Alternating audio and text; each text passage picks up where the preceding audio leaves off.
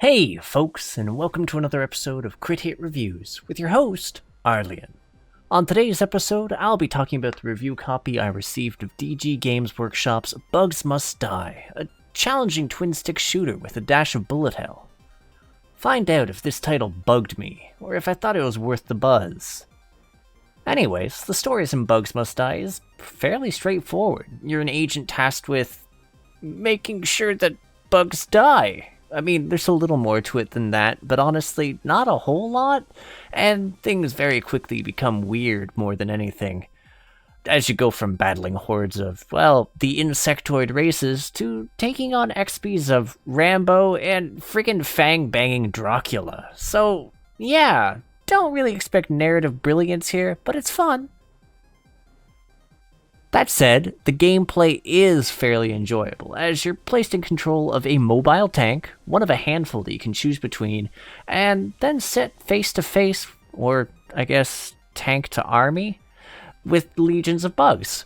Things start out fairly simple at first, both in regards to the options at your disposal as well as the obstacles you face, but it isn't long until the game ramps up into intense levels of projectile spam. Whilst it never really quite hits proper bullet hell projectile saturation, there's definitely some challenging patterns that crop up, especially if you start pursuing the bonus objectives hidden in the various stages, which not only provide you with opportunities to gain extra bug gizzard soaked lucre to go purchase weapon upgrades or health upgrades, but also serve as gateways into some of the most challenging encounters to crop up in Bugs Must Die.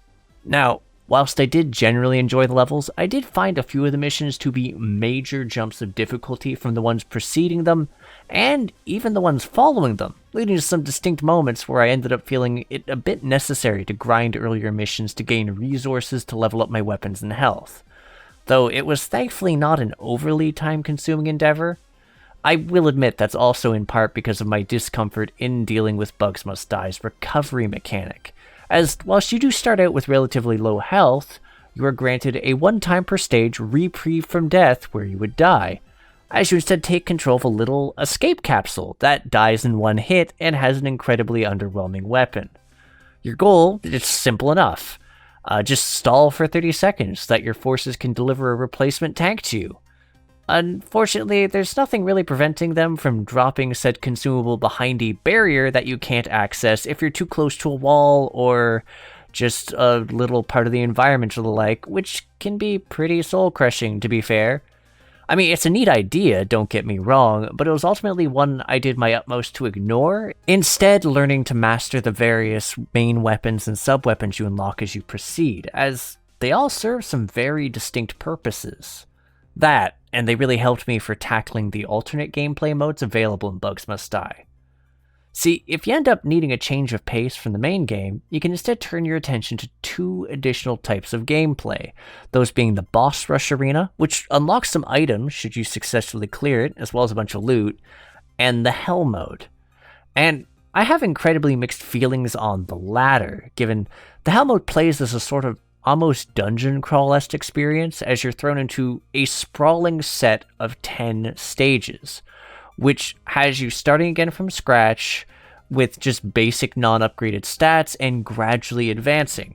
Die, and you restart from scratch. Though, if you continue to press forward, you'll encounter some unique bosses that you wouldn't otherwise see in the main story.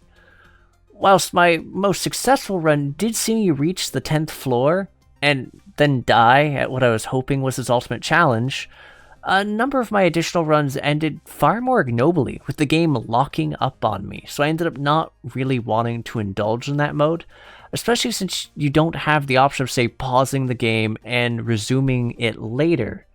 Given the vast length of that challenge, it's not really an enjoyable thing to step away from and go back to. A length that is bloated even further by the fact that the map is under a fog of war, so you're left aimlessly bumbling around in search of mission objectives so you can actually gain stats and upgrades, and also just searching for the exit from the level. Still, gripes aside, I will say I really enjoy the music in this game. It captures the arcadey running around shooting everything until it explodes feel quite well. Though, I did admittedly end up tweaking the sound effects down a bit because I was continually shooting for minutes on end and I could feel my sanity slowly draining from the sound of my chain gun firing off. Like, worth it, but still.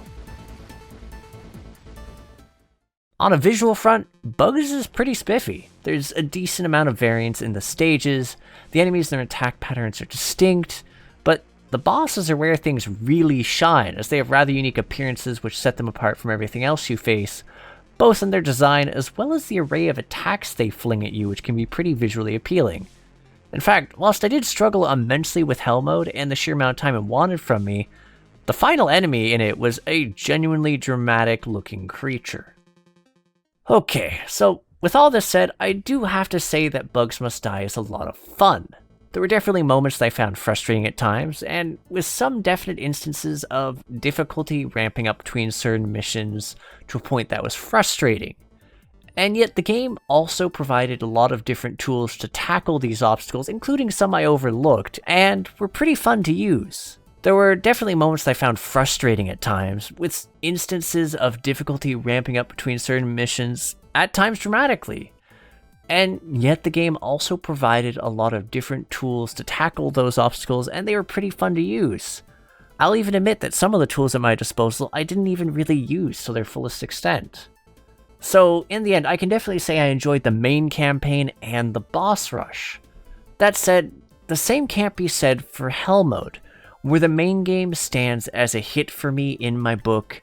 The side content presented in Hell just felt like a bit of a fumble to me at best, and that's not even counting the fact that it locked up on me, which would put it into being a fail. So I would not recommend that nearly as much as I would the simple act of just running through the main game, which was a joy. Anyways, so that's a wrap, so I'd like to thank you folks for both tuning in and sticking till the end. Whether you agree or disagree with my thoughts, I'd love to hear from you folks in the comments, and for those interested in more indie reviews or interviews with the developers, feel free to hit the subscribe button and the bell icon so you get notified when we have new releases. Plus, you can join our Discord, you can click the link in the banner in the description, so you can become a part of our community. It's cozy there. Lastly, if you'd like to help support the channel, we do have a Ko-fi running now to help supplement funds for our lovely editors, and make sure we can continue to provide quality content. Again, check the description plus the banner for dem links. Anywho, I'll catch you on the next episode of Crit Hit. Take care till then, folks.